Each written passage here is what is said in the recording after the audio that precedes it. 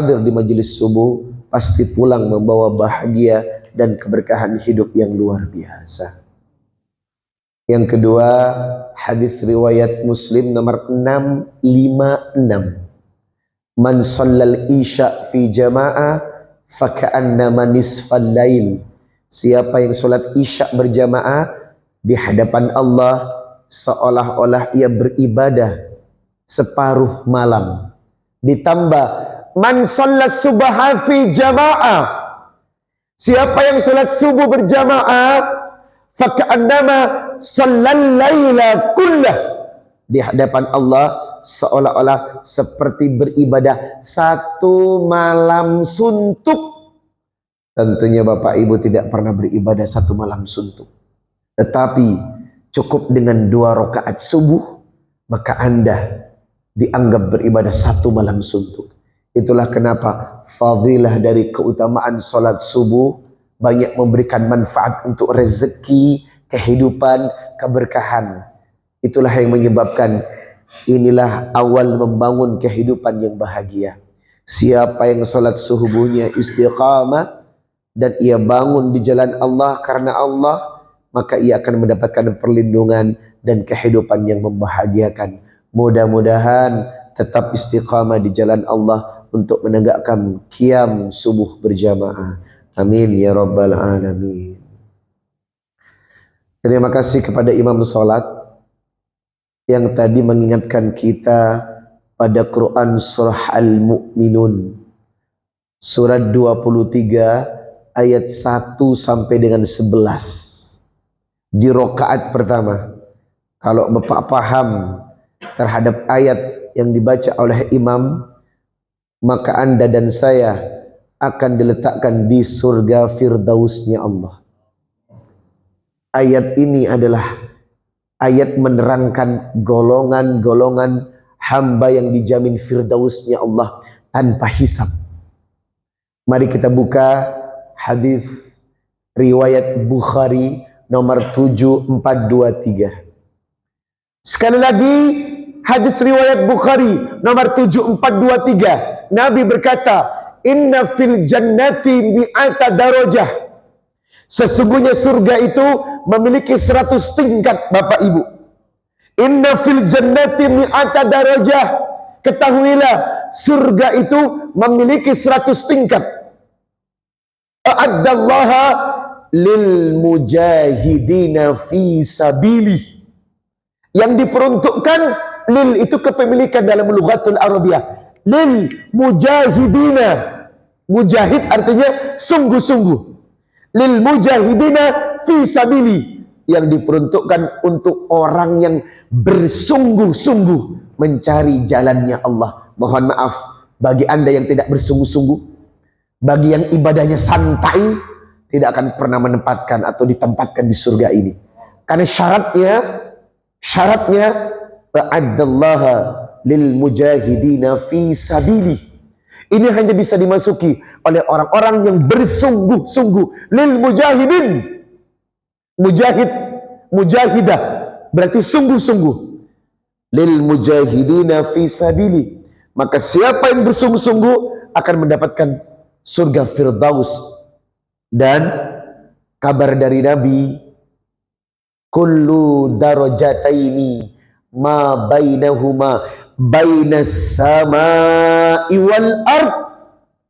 Ketahuilah setiap tingkatnya jaraknya seperti langit dan bumi. Jadi antara satu tingkat ke tingkat berikutnya itu jauhnya seperti langit dan bumi. Begitu besarnya surga yang dijanjikan Allah. Dan yang paling penting di hadis ini Rasulullah mengingatkan kepada kita, Fa'idha sa'altumullah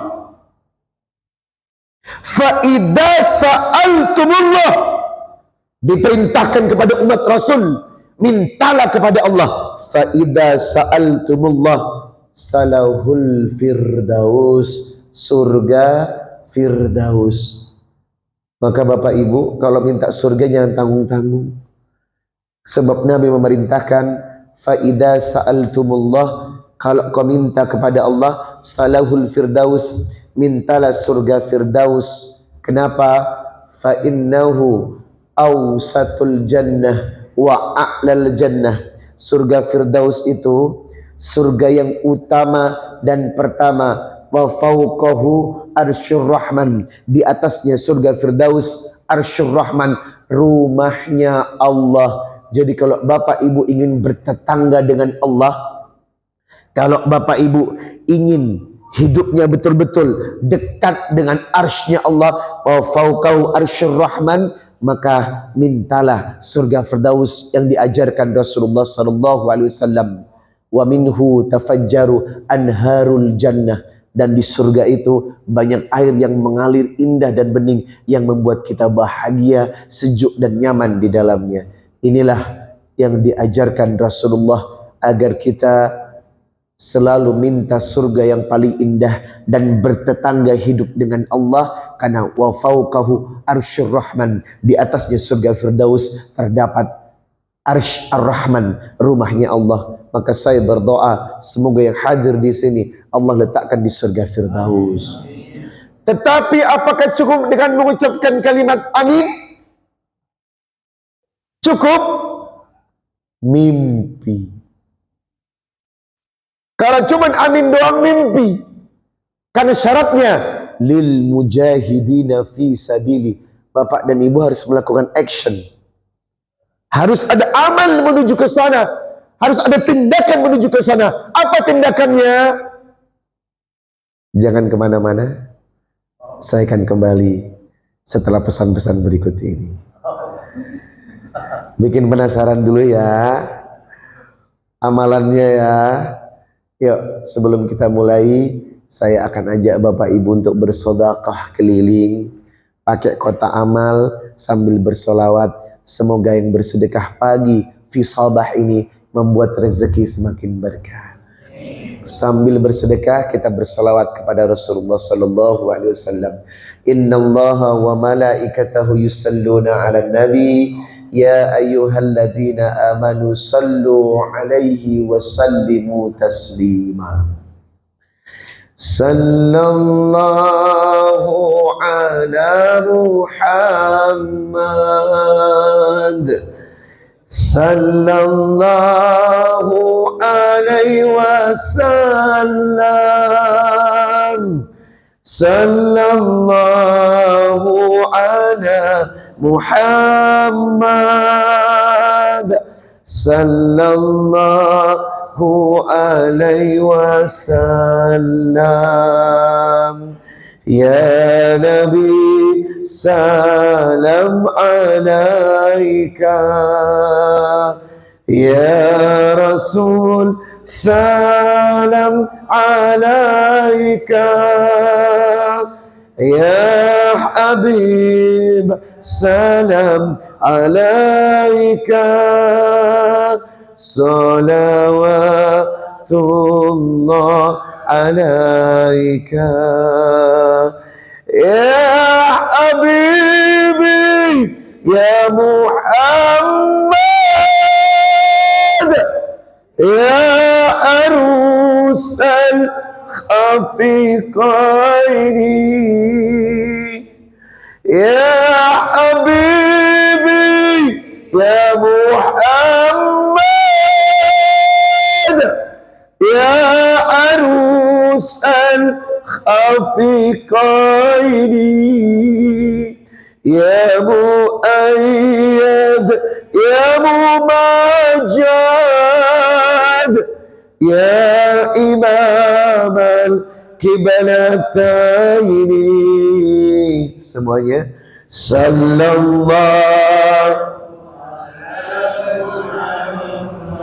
Lebih semangat lagi. Sallallahu alaihi, sallallahu ala, sallallahu alaihi. Sesuai janji saya akan masuk setelah iklan yang sudah lewat. Semoga sedekahnya dibalas dengan limpahan kehidupan bahagia. Jemaah yang dimuliakan Allah, tadi imam sudah membaca Quran surah Al-Mu'minun. Di dalam Al-Quran, surat ini duduk di nomor 23 atau surat ke-23. Inilah yang disebut tabiat penghuni surga Firdaus. Perintahnya, fa'idha sa'altumullah, berdoalah kepada Allah salahul Firdaus, untuk minta surga Firdaus. Dan ternyata Bapak Ibu harus melakukan langkah-langkah yang dibaca oleh imam di rakaat pertama. Apa saja langkah-langkahnya? Yang pertama, qad aflahal mu'minun.